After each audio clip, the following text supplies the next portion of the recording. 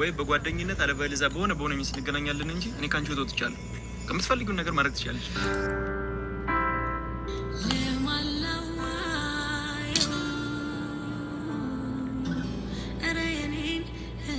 በምንም ባልተፈጠረ ነገር አንተ በመሰለ መንገድ ሂደህ ነገሮችን መቋጨት ትፈልጋለህ። እናመሰግናለን። እኔ ከምንም ነገር በላይ እውነታዬን ስላሳየልኝ አመሰግናለሁ። አንተ አሁን እኔስ ኑሬዋለሁ ቢከፋይ ቢደላኝ ከእንግዲህ ተወልዶ ሰው ለሚሆን ይብላኝ ብሏል። ሁሉም ልክ ነኝ የሆነ ዘመን ነው። እውነት ለመናገር በጣም ነው የሚከብደው እና የእውነት ሰው ማመን ከበደን። የሰው ላይ አብራችሁ እየበላችሁ እየጠጣችሁ በዚህ ልክ መሸዋወድ ካለ እኮ በጣም ነው የሚከብደው የእውነት። እኛ ስደተኞች ታዲያ የሰው ልጅ እንዴት አምነን ነው ልንቀርብ የምንችለው? እናንተ በጣም እየገረመኝ ነው። ሰው መሆን ራሱ በጣም ያስጠላል። ድራማ ነው አንልም እንግዲህ የእውነተኛ ታሪክ እየሰሩ ነው አይደለ? እውነት በጣም ነው። እኔ እንጃ ሰውን ለማመን በጣም የሚከብዳችሁ ነገር ነው። ክዴት የበዛበት ህይወት ነው የገጠመንና ለካ የሰው ልጅ ከእናንተ ምንም አይነት ቢሆን በቃ ጊዜ ነው የሚጠብቅላችሁ ማለት ነው ማንኛውም ሰው። ሱብሃንአላህ። እና ውድ ተመልካቾች ማንኛውንም ነገር ከመጀመራችን በፊት ሁሉን ነገር ለአላህ መስጠት አለብን። የእውነት ነው የምላችሁና ምክንያቱም በሚፈጠርብን ነገር አላህን አምነን ካልገባን በኋላ በሚመጣብን ነገር ላይ እንጎዳለን። ብዙ ጊዜ በቃ ራሳችሁን የምታምኑበት ጊዜ ላይ እንኳን አይደለንም እና በጣም ያሳዝናል። እኔ በዚህ ልክ አልጠበቁትም። እኛ በነገራችን ባለፈው እንደዛ ሲያረግ ጠርጥረን ነበረ፣ ግን ለካ ያብስክ እኔ ያናደደኝ ከእናቷ ፊት ለምን በዛ ልክ ርቀት ሄደ? ለምን እንዴ አይታችኋታል አይደለ?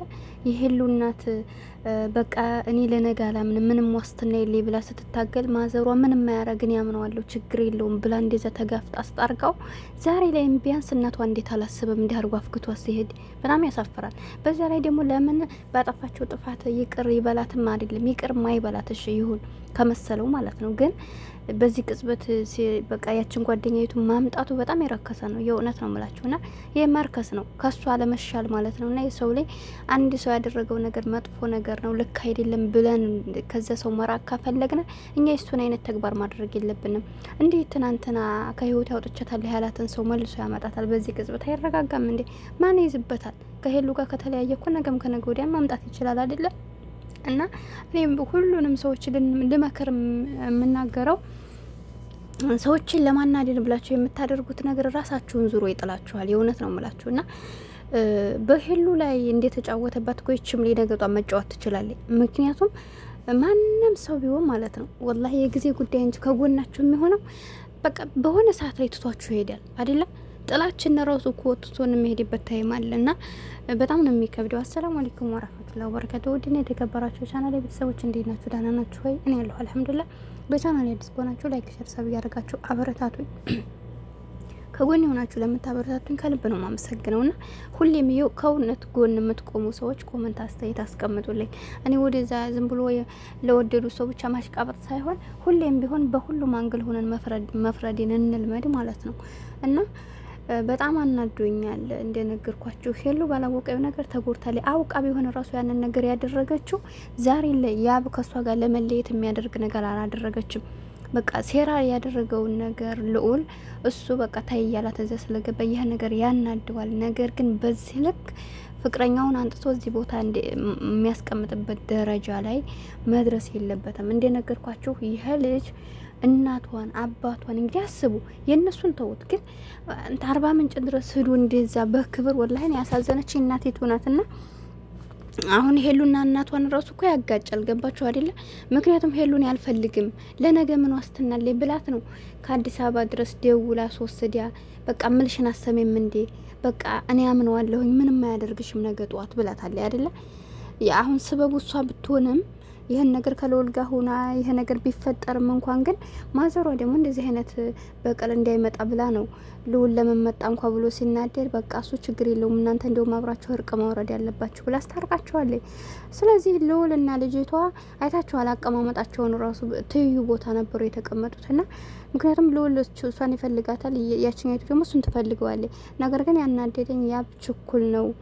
እኔስ እንዲያው ማለት የሰው ልጅ ከሆድ ገብታችሁ አታወጡትም አይደለ?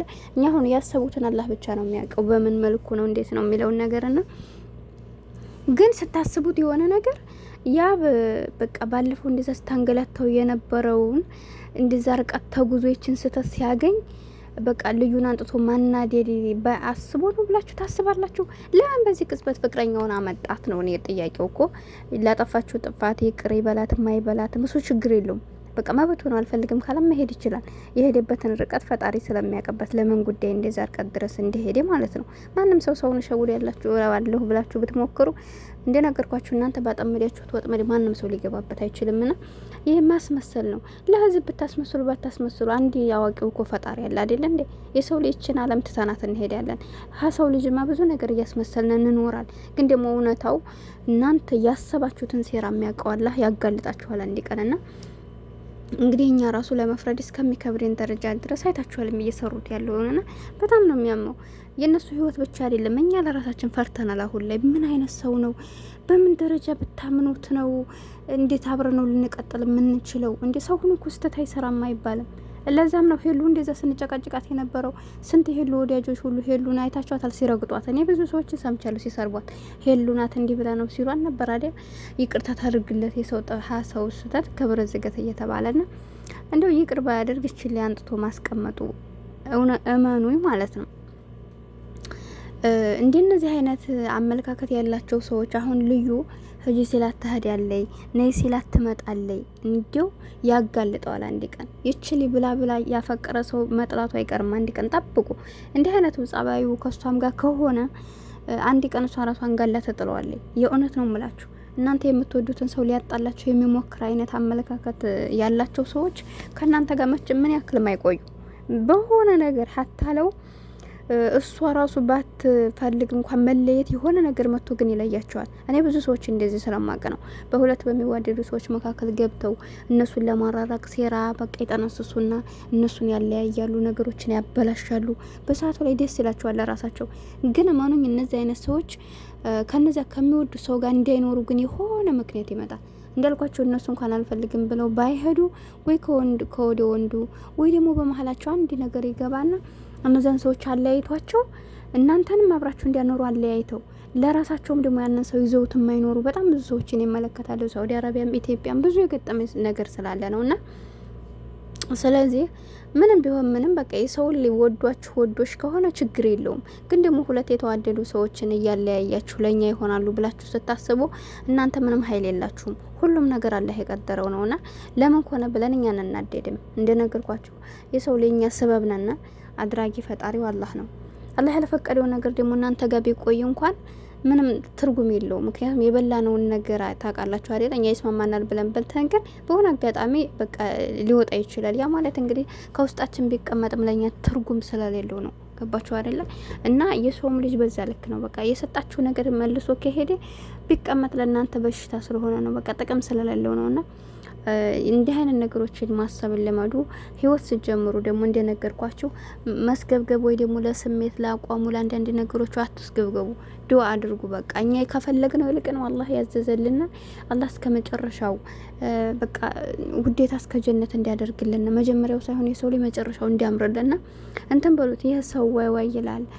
በቃ ታውቃላችሁ አይደለ? ገና በረከትም ፍቅሩና ፍቅር ምንድነው ትዳር ምንድነው የሚለውን ነገር ማስተዋል። ከዛ ባለፈ ደግሞ ዱአ አድርጋችሁ ለሚፈጠርባችሁ ነገር ምንም አይነት ነገር ቢመጣባችሁ ሀዝናችሁ እንዳትወርቁ እና በጣም ነው የሚያስጠላውና እኔ አላውቅም ወላሂ እኔ በጣም ነው ያስጠላኝ። ብቻ እንደዚህ አይነት ነገሮችን ስላየሁባችሁ በጣም ነው አሞኛል። ለማንኛውም ቻናሌን ሰብስክራይብ ያደርጋችሁ አበረታቱኝ።